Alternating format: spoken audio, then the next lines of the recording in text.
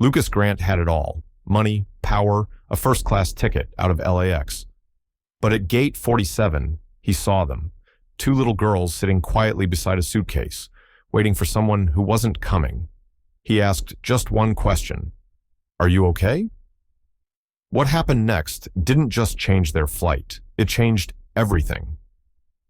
Before we begin, if this kind of story speaks to your heart, feel free to share where you're watching from. It's always beautiful to see how far stories like this can travel. Lucas Grant had walked through more airports than he could count: New York, Tokyo, Zurich, but LAX always felt like a storm, loud, chaotic, and always moving too fast, just the way he liked it. He adjusted the cuff of his tailored sky blue suit, a carry-on slung over one shoulder, and his phone in hand, halfway through a message to his assistant confirming details for a red-eye flight to Singapore. The merger he'd been orchestrating for nearly a year would close tomorrow. Billions were on the line. He didn't notice the first-class lounge sign, didn't see the barista waving a complimentary espresso his way.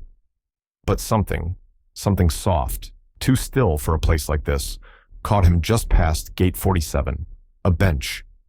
Two little girls sat huddled together, pressed so closely they could have been mistaken for one. The older one, maybe 7, had tangled brown hair and eyes that tracked every movement like a soldier on edge.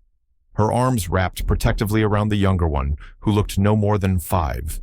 That one clutched a faded teddy bear with stuffing peeking from the seam. Between them, a single suitcase sat upright, its wheels worn flat, its pink surface scraped and taped. Lucas slowed. The older girl didn't look up at first. The younger one's shoes, purple sneakers, were untied and far too small. No parent hovered nearby, no airline representative, just two children, waiting, too quiet, too alone. He checked his watch. 40 minutes until boarding, then looked again at the girls, still unmoving. He took a breath, approached slowly, then crouched so he was eye level. "Hi there," he said softly. "Are you okay?" The older girl blinked up at him. Her voice was steady, but her shoulders were stiff. "We're waiting for someone." Lucas's brow furrowed. "Who?" The younger one, still curled around the bear, whispered, "He said he'd come back. But he's late." Lucas looked around the terminal again. A businessman tapped on a laptop. A couple argued over a boarding group, but no one seemed to notice the girls. "What's your name?" he asked gently. The older girl hesitated. "Emma." He nodded. "And your sister?" "Sophie," she whispered. Lucas felt a pit open in his stomach. "Are you hungry?" Emma glanced down. Sophie's fingers tightened around the bear. He didn't wait for permission. He walked over to a food kiosk, bought 2 sandwiches, 2 juices, and a small chocolate chip cookie. When he returned, Emma took the bag cautiously. Sophie's eyes lit up at the cookie. "Thank you," Emma murmured. Lucas sat a few feet away on a different bench, watching but not pressing. Something wasn't right. It wasn't just the silence. It was the way Emma kept glancing at the terminal doors, the way Sophie flinched at loudspeaker announcements, the way both of them guarded that suitcase like it held more than clothes. As they ate, Sophie leaned into her sister, mouth full of bread and peanut butter. Then, in a voice so low Lucas barely heard it, she said, "I don't want to go back. He hits Emma when I cry." Emma froze. Her hand paused mid-bite. Lucas's heart stopped. He leaned forward. "Who hits you?"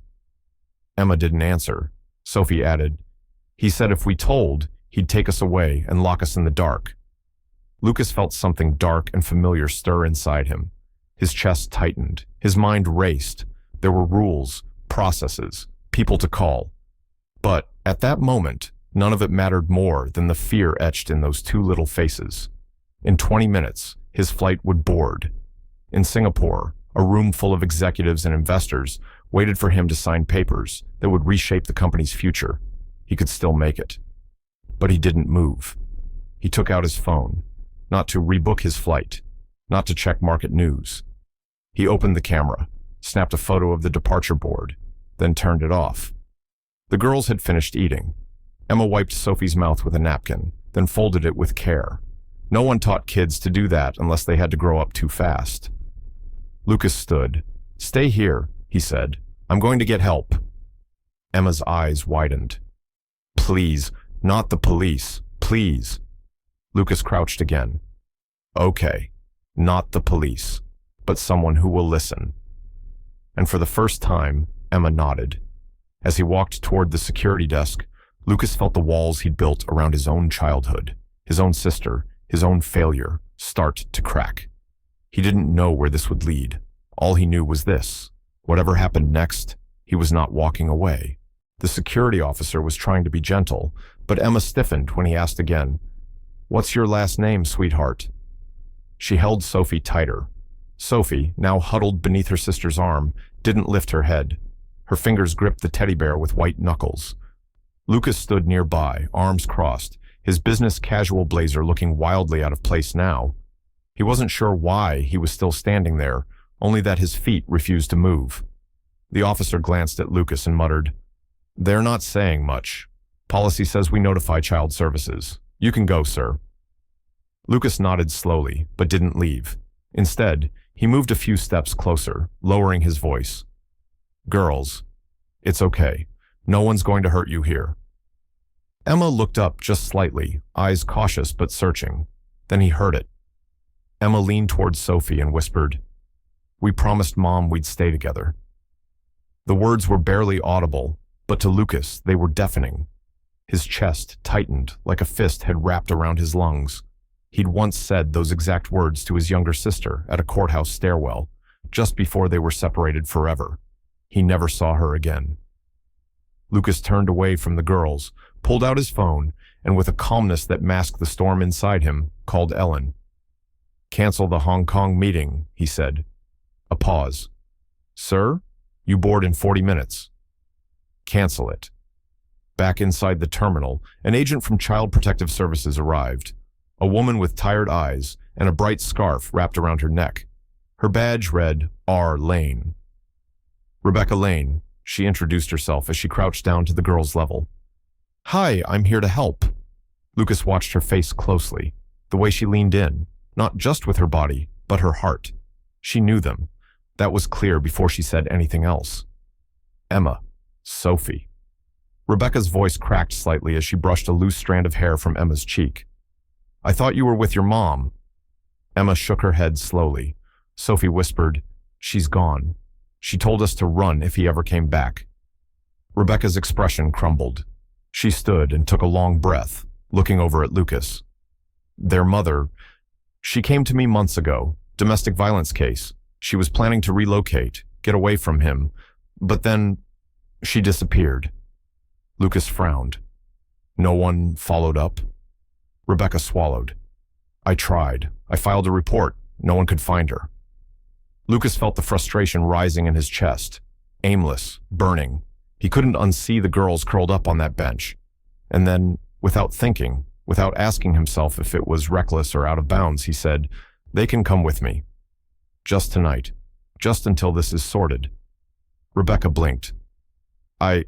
Mr. Grant, with respect, you're not family. You can't just—" "I'm not asking for custody," Lucas said quickly. "I just don't think they should go to a group facility tonight. Not after what they've been through. They're scared. They need quiet. They need sleep." Rebecca hesitated, arms crossed. "Do you have children?" "No." "Experience with trauma cases with vulnerable kids?" He shook his head. "I have experience being one." That stopped her. He looked straight at her, voice low but steady. "I was 12. They split me and my sister up in a courtroom. I haven't seen her since. I would have given anything if someone had just said, they can stay together, just one night." Rebecca's eyes softened. "They need someone," Lucas added. "And tonight, I can be someone." An hour later, paperwork was signed. Temporary guardianship under emergency protocol. Just for the night. A social worker would check in within 48 hours. Official evaluation pending. As Lucas escorted the girls toward the exit, Sophie tugged his sleeve. "Do you live in a big house?" Lucas smiled faintly. "Big and quiet." Emma followed close behind, still holding that weathered suitcase like it contained her whole world. As they walked out of the child services building into the damp Los Angeles night, Lucas felt something unfamiliar settle in his chest. It wasn't adrenaline. It wasn't impulse. It was purpose. He didn't know how long the girls would stay. He didn't know what tomorrow would bring. But tonight, they weren't alone. And neither was he. Lucas Grant wasn't sure what he expected when he brought the girls home that night. Maybe fear, maybe disruption. But what he got instead was an eerie kind of stillness. His glass-walled beachside mansion, perched over the San Diego cliffs, echoed with every step. It had been called stunning by magazines and cold by ex-girlfriends. Now, it just felt hollow. When he unlocked the front door, the girls stood quietly in the threshold. Emma clutched the suitcase tighter. Sophie clung to the threadbare teddy bear like it was armor. They didn't run in, didn't ask questions. They just waited, unsure if this house, with its sleek white counters and silent floor heating, would allow them to exist. "Come in," Lucas said gently. "This is your home. For now." Emma nodded solemnly and stepped in first, looking around like she was afraid her footprints might leave marks. Sophie followed behind her big sister, glancing up at the tall ceilings, the glowing art pieces, the open kitchen with untouched marble. It felt less like walking into a home and more like walking onto a spaceship. Later that evening, Lucas walked past the guest room and stopped short. Sophie had lined up her teddy and two mismatched socks at the edge of the bed like guard dogs. Emma was folding towels with military precision, corners aligned, creases sharp. He didn't ask who taught her that. He already knew. Life did. The next morning, Lucas brewed a second cup of coffee just to have something to do with his hands. When he passed by the study, Emma was sitting at his desk, flipping through a hardbound business manual like it might offer her answers to staying. Sophie was sweeping the floor with a dustpan twice her size. Neither girl said a word about their plans. They were just trying to make themselves useful, to earn the oxygen they breathed. That night, Lucas called Ellen. "I don't know what I'm doing," he said, voice low. "You're keeping them safe," she replied. "It's more than that," he exhaled. "It's like watching my sister come back in pieces." There was silence on the line. Then Ellen said gently, "Then help put her back together. Start with crayons."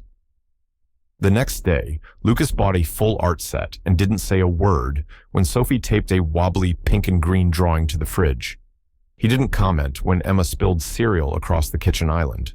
When he found a sticker on his bathroom mirror that read, "Smile Today" in crooked handwriting, he left it there. The mansion changed. It didn't happen all at once. But slowly, it began to breathe again. Stuffed animals appeared under couch cushions. Sophie turned bath towels into capes. Emma began narrating pretend board meetings where Teddy was the CFO.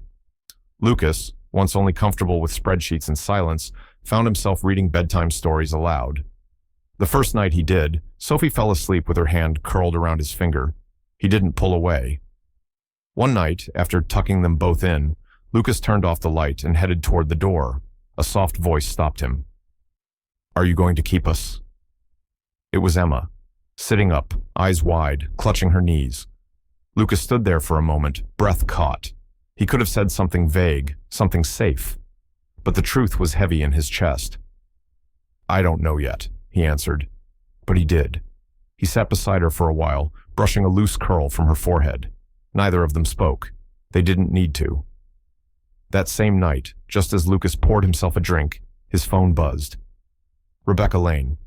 "Call me. It's urgent." He answered immediately. Rebecca's voice came through tight, clipped. "Donnie Vance just filed kinship custody paperwork. He's claiming legal rights to both girls." Lucas felt the room tilt slightly. "How?" he asked, already pacing. "He filed as next of kin, claims he was engaged to the mother, and says she gave verbal guardianship before she disappeared." "That's a lie." "I know, but the system doesn't work on truth alone. We'll need to prove it." Lucas's jaw locked. He looked toward the guest room hallway, where the girls were sleeping peacefully for the first time in weeks. The idea of them back in danger made his stomach churn. "Whatever it takes," he said quietly, fiercely. "He doesn't get them." Rebecca hesitated before replying.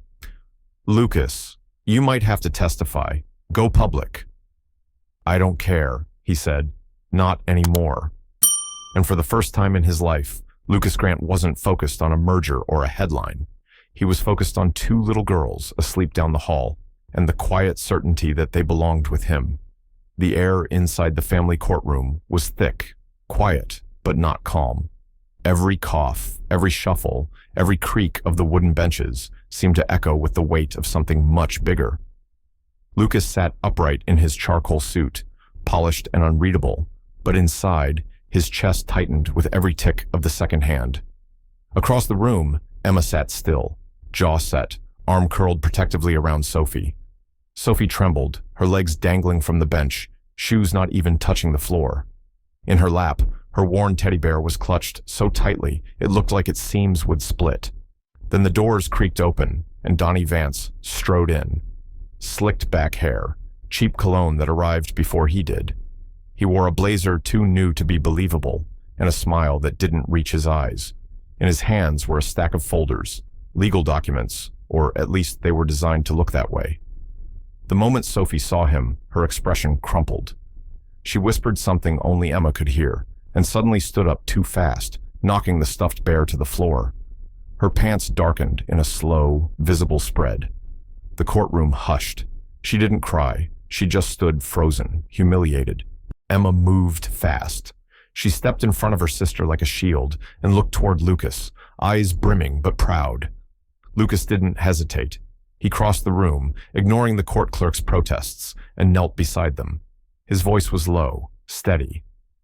"You're safe," he said, gently placing a hand near Sophie's back, not touching, just close enough for her to feel his presence. "I promise. No one is taking you anywhere you don't want to go." The judge, a woman in her late 60s with a quiet, perceptive gaze, watched it all unfold. She motioned to the bailiff, who handed Sophie a blanket. A court aide brought clean clothes. Still, the damage had been done. Everyone had seen the fear. Everyone had seen who caused it. When the hearing began, Donnie's lawyer, a man as smug as his client, stood and declared, "My client is seeking full and immediate kinship custody. These children are biologically connected to him through their late mother's long-term relationship. He has documentation." He opened the folder and began laying out papers. Birth records, caregiver affidavits, school authorization letters. Some bore notary stamps. All of them, Lucas could see from 2 rows back, were impressively forged. Rebecca Lane took the stand first. She looked tired but composed. "I worked with the girl's mother when she came to my office in tears," she began. She was trying to escape Donnie Vance. There were bruises on her and Emma. There were threats. She said he wanted the kids for leverage.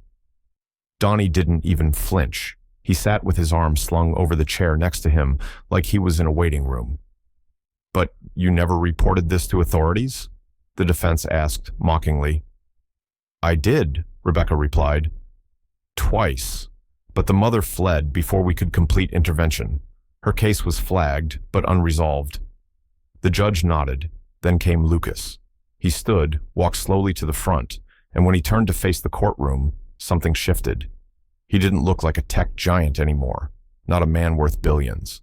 He looked like someone who had bled to protect something fragile. "My name is Lucas Grant," he said, steady. "I met Emma and Sophie at LAX. They were alone, tired, holding on to each other like nothing else mattered. And when I asked them who they were waiting for, Emma lied. She said someone was coming, but they weren't. They were just hoping no one else would take them." He paused. Even Donnie's lawyer didn't interrupt. "I recognized that look, because I had that same look once, when I was 12, and social workers pulled my little sister and me apart in a courtroom not unlike this one." He took a breath. "Since that night, they've been with me. I've watched them navigate a world that's been unkind with more strength than most adults I know. They don't need someone related by blood. They need someone who shows up." Then gently, he slid a manila envelope across to the court clerk. Inside, background checks, surveillance footage of Donnie meeting with known associates in a fraudulent foster pipeline in Riverside, emails he shouldn't have had access to. Lucas's legal team had dug deep and found just enough. The judge reviewed it, expression unreadable. Donnie shifted in his seat. "That doesn't prove anything," his lawyer said sharply. "That's circumstantial." "It's motive," the judge interrupted. "It's intent. It's history." Donnie started to rise, his mouth twisting into something between denial and rage. But the bailiff was already watching him closely. After a pause, the judge turned to the girls. "Emma, Sophie," she said, voice kind, "would you like to say anything?" Emma stood up. Her hand found Sophie's again, now clean and wrapped in a fresh blanket. She looked at Lucas, then turned to the judge. "We just want to stay where we feel okay," she said quietly. "Where we don't have to hide in closets or run away, where we can sleep." That was all. The judge took off her glasses. "Based on testimony and evidence presented," she said gently, "I am granting temporary custody of Emma and Sophie Carter to Mr. Lucas Grant, pending full investigation and final hearing." Gasps filled the room. Donnie slammed a hand on the table, but it didn't matter. As Lucas walked toward the girls, Sophie looked up and reached for his hand, slowly, shyly. He didn't bend down this time. He just squeezed it, as if to say, "I'm here. I'm not leaving." As the bailiff escorted Donnie out, grumbling, the teddy bear was placed carefully back in Sophie's arms. Lucas gathered their small suitcase in one hand, and with the other, held the hands of two little girls who, just days ago, had been strangers, but not anymore. They walked out of the courtroom together, not as guardian and wards, not as rescuer and rescued, but as something new, something forming, something beginning. And for the first time in decades, Lucas Grant did not feel like he was walking away from something important. He felt like he was walking toward it. The sun broke lazily over the San Diego coastline, its golden beams spilling through the wide glass panels of Lucas Grant's once sterile beachside mansion. But this morning, the house didn't feel empty. It buzzed with something new, quiet footsteps, childish humming, the soft thud of small feet running down hallways that had never known joy. Emma and Sophie had officially been in Lucas's care for a little over a week, but it already felt like the house was reshaping itself around them. Lucas noticed it in subtle shifts, the sudden appearance of crayon drawings on the fridge, a trail of Legos left like breadcrumbs down the marble hallway, tiny mismatched socks tucked beneath the living room couch. And somehow he didn't mind. In fact, he welcomed the chaos. Sophie had taken to calling him Uncle Luke, a name that at first made him pause, but the way she said it, tentatively at first, then with growing affection, made his chest warm in unfamiliar ways. Emma followed suit, sometimes teasingly, sometimes with quiet sincerity, especially when asking for a second helping of pancakes or permission to stay up just 10 more minutes. One rainy afternoon, they asked if they could paint the guest room. Lucas raised an eyebrow. "Paint?" "Murals," Emma said confidently, "of the beach and stars and maybe a dinosaur." Sophie nodded solemnly. "And a unicorn in space." He chuckled despite himself. "A space unicorn? That's ambitious." But by evening, the walls were alive with swirls of color, sunsets, rocket ships, a very pink unicorn floating above the moon. Lucas sat in the corner with an old t-shirt draped over his dress shirt, holding a brush dipped in navy blue. "You missed a spot," Sophie giggled, pointing to a blob behind his ear. "That's not a spot," he said with mock seriousness. "That's a strategic artistic flourish." She giggled louder. Ellen, his longtime assistant, stopped by the next morning to drop off paperwork. When she stepped inside, she froze. The pristine white rug had cereal bits mashed into it. The coffee table held 3 coloring books and a jar of glitter.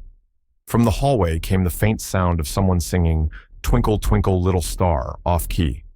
She found Lucas in the kitchen, wearing an apron that said "Kiss the Cook" over his usual pressed shirt, standing over a tray of hopelessly burnt cookies. She blinked. "Is this your house?" He looked up sheepishly. "It's a work in progress." Emma peeked around the corner holding a sticky note.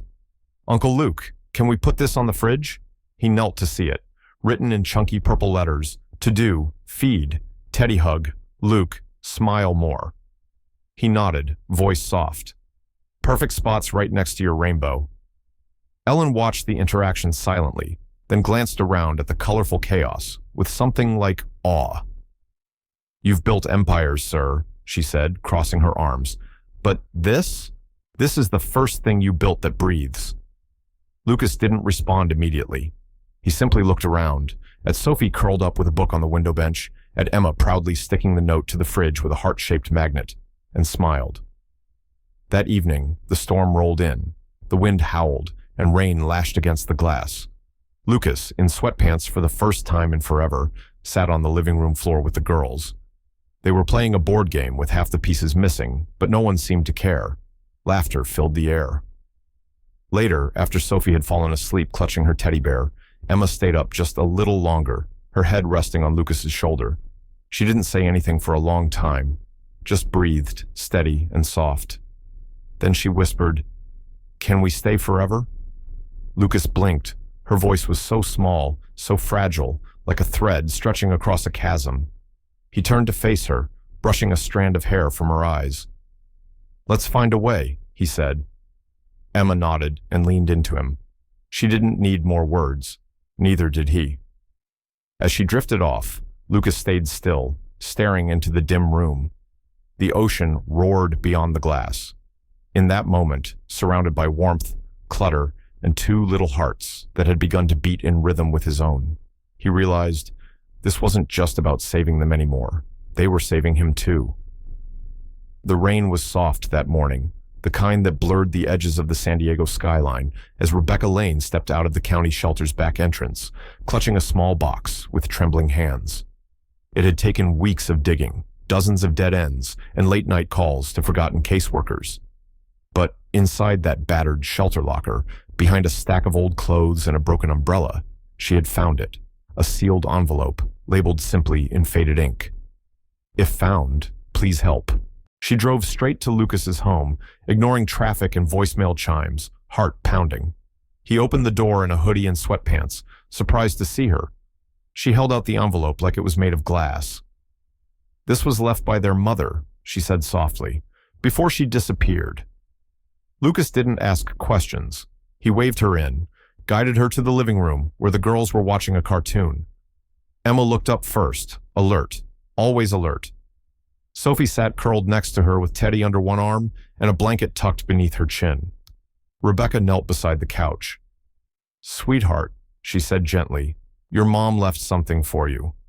For both of you." Emma sat up straighter. Lucas eased into the armchair, unfolded the letter with care, and began to read aloud. "To whoever finds this, if you're reading this, it means I had to go somewhere I couldn't bring my girls. Not because I didn't love them, because I do. More than air, more than life. But I couldn't protect them anymore. I tried. God knows I tried. Please, if you're kind, if you're safe, tell Emma and Sophie they were never the problem. Tell them I believed they'd find a place where no one yelled, where no one hurt them, where someone could see them the way I always did. Brave, brilliant, worth everything. Tell them I prayed they'd end up with someone better than me. With love, always, their mom." When Lucas reached the end, his voice faltered. The room was still, except for the sound of Emma's breath catching. "She knew," Emma whispered, her voice cracking. "She knew you'd find us." Lucas looked at her, stunned. "Emma!" She threw her arms around his neck. Her shoulders shook against him. Sophie quietly joined them, her small arms looping around his waist. For a long time, the three of them just held on, like the world might fall apart if they let go. Later that night, after the girls had gone to bed, Lucas stood at the kitchen sink, the letter laid gently beside a cup of tea gone cold. Ellen came in, hair pinned up, tablet under one arm. "You didn't show up for the Zoom board call," she noted. Lucas didn't flinch. "They'll manage without me for once." Ellen raised a brow. "You okay?" He turned toward her, voice low. "Number. But I know what I have to do." She set down the tablet. "Which is?" Lucas looked out the window, rain still drizzling against the glass. "I can't lose them. Not again. Not like her." The memory of his little sister's face, eyes wide as she was led away by strangers in a courtroom years ago, pressed hard in his chest. He turned to Ellen, jaw clenched with quiet resolve. "I'm filing for adoption, full custody. I want them to be mine." Ellen blinked. "Lucas, you've built companies from scratch. You've fought off corporate sharks and market crashes. But this, She stepped closer, touched his arm. This is the fight that matters. Lucas gave a tight nod. I just don't want them to feel like they're temporary anymore. I want them to wake up one day and know this is home. He picked up the letter once more and slid it carefully into a drawer in the sideboard, resting it beside one of Sophie's drawings. A stick figure in a big blue suit, holding hands with two smaller girls under a sun. Then, as the night deepened and the city quieted, Lucas sat down at the kitchen island with a pen and an application packet from the family court. He didn't hesitate. When he reached the section marked Reason for Adoption, he paused only a moment before writing, because they are already mine. The courthouse smelled like old paper and polished floors. It echoed with tension. Lucas adjusted his collar as he stood just outside the family courtroom, watching Emma braid Sophie's hair with slow, practiced fingers. The girls wore matching navy dresses and tiny white shoes. Sophie's teddy, clean and patched, was tucked under her arm like armor. Emma, ever the protector, kept glancing at the door, as if bracing for something unseen.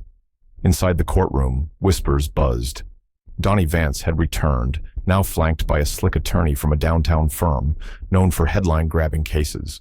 Reporters clustered just beyond the wooden benches, cameras forbidden, but curiosity unchecked.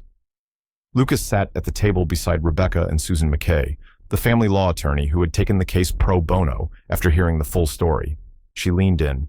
He's going to push hard, play the charming father figure, undermine Sophie's emotional state, paint you as the billionaire with a savior complex. Lucas nodded once, jaw tight. Let him try. When the judge entered, a woman with short silver hair and an expression that saw through noise, everyone rose. The proceedings began with Donnie's attorney launching into a rehearsed speech. Hardship, reform, a father's right to raise his children. Lucas remained still, eyes never leaving Emma and Sophie, who sat quietly with Ellen behind him. Then Donnie took the stand. He smiled as he spoke of longing for family, lost time, and a chance to do right. It was slick, polished, rehearsed. But when Susan rose and asked, "How many birthdays have you attended?" he hesitated. "None." "Medical checkups?" "I didn't." "School reports?" "I wasn't allowed." "Because you didn't ask," Susan countered, her tone icy calm. "Because you disappeared." The judge frowned. Donnie's smile cracked slightly. Then came Lucas. He didn't wear a suit. He wore a plain sweater, slacks, and vulnerability. He approached the witness stand and spoke, not like a CEO, but like a man unlearning solitude. "I never planned this," he began. "I never imagined two little girls sitting alone at an airport would upend my life." He looked over at them, then back to the judge. "But they did, in the best way." He paused. "I'm not trying to replace anyone. I'm not here because I want to look good. I'm here because they taught me how to feel again. They've filled a house I once built just to impress people, with laughter, chaos, color, and love." He smiled slightly, his voice catching. "I don't tuck them in because it looks good in a headline. I do it because I can't imagine not doing it." A hush filled the courtroom. Then something unexpected. Emma stood. Her small hand gripped a crayon drawing as she made her way to the judge's bench. Lucas turned, startled, but didn't stop her. The judge bent down slightly as Emma held up the paper. 3 stick figures stood beneath a red roof. 2 had long hair and dresses. The third, taller, had dark scribbles for hair and a square smile. "This is us," Emma said, voice firm. "Me, Sophie, and Lucas." The judge blinked. "We weren't waiting for someone at the airport," Emma added. "We were waiting for him." Silence blanketed the room. Even Donnie seemed unsure what to say. Sophie slipped from her seat and joined her sister, wrapping her arm around Emma's waist. The judge cleared her throat, eyes misted. "Thank you, Emma. That was very brave." She looked down at her notes, then back up. "I've reviewed the facts. I've considered the risks. And I've witnessed firsthand the emotional foundation that's been built, one that no legal document can forge." She paused. "This court grants full legal custody to Lucas Grant, effective immediately." Gasps, then applause, quiet at first from the back row, where a young court clerk wiped his eyes. Donnie stood, barked something incoherent to his lawyer, then stormed out of the courtroom. Lucas didn't move, not until he felt Sophie's hand in his, then Emma's other one. He knelt down, pulled both girls into a hug, and whispered, "You're home. Forever." Rebecca wiped a tear from her cheek. Ellen stood behind them, her usual poker face softened with pride. Later, as they walked down the courthouse steps into a late afternoon sun, Lucas looked up at the sky, eyes blinking against the light. "I think I can breathe again," he said. Emma tugged his sleeve. "We can too." And just like that, a man who had once built his empire on silence now held something far louder: love. The terminal at San Diego International Airport bustled with familiar energy, rolling suitcases, boarding calls, the rhythmic clack of high heels against polished tile. But for Lucas Grant this time, the airport wasn't just a place of departure, it was full circle. Emma and Sophie skipped ahead of him in matching lemon-yellow sundresses, their little carry-ons bouncing behind them. Sophie's teddy bear had a new ribbon around its neck, and Emma wore a plastic tiara she insisted was for travel confidence. People smiled as they passed by, their joy so full it was contagious. Lucas watched them from a few paces behind, the corners of his mouth twitching into a rare, unguarded smile. In his hand, his phone buzzed. A text from Ellen.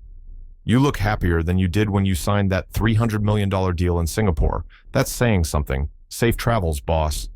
He smiled wider and pocketed the phone. His other hand was gripping the girls' boarding passes. A family vacation to Maui, their first one together. Not part of a merger, not a PR stunt. Just them. Sun, sand, and time that belonged only to each other. They reached gate B-22 just as the final boarding group was called. Emma turned around and squinted at the woman scanning tickets. "Is this where we go on the plane?" she asked, her voice carrying that buzz of wonder only children have. Lucas nodded, crouching beside her. "That's right. You ready for your first flight?" Emma looked down at Sophie. Sophie tightened her grip on her teddy and nodded. "I'm not scared anymore," she whispered. Lucas felt his chest warm. "That's because you're the bravest girls I know." They handed their tickets to the agent, who scanned them with a chirp and paused, studying them. "These two look familiar," the agent said, squinting. "Weren't they? I saw a news story."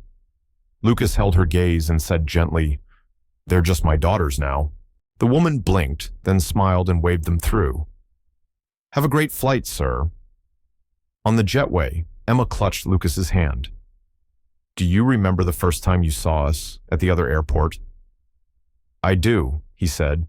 "You were sitting so still on that bench, I thought maybe you were part of a statue exhibit." Emma giggled. "We were scared. We didn't know what would happen."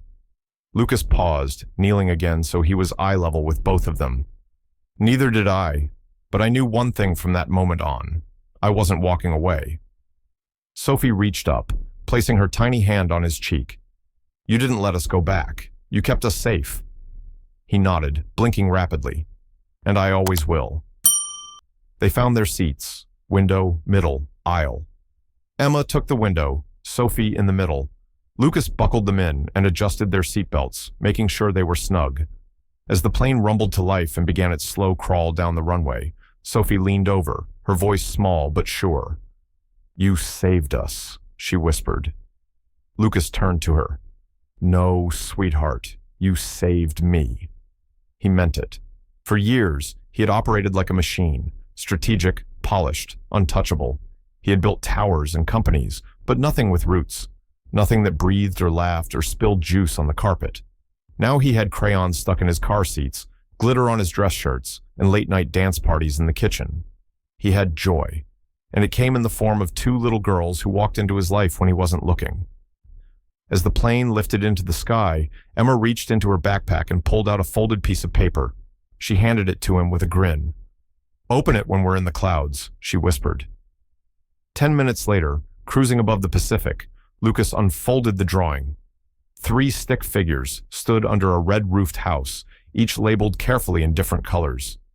Emma, Sophie, and Dad. A heart hovered above them, and beside the drawing, in block letters, "We weren't waiting for someone to take us home. We were waiting to become one." He pressed the paper to his chest and closed his eyes.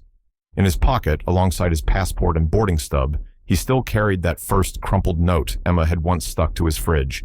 To do, feed Teddy, hug Luke, smile more. And now he did.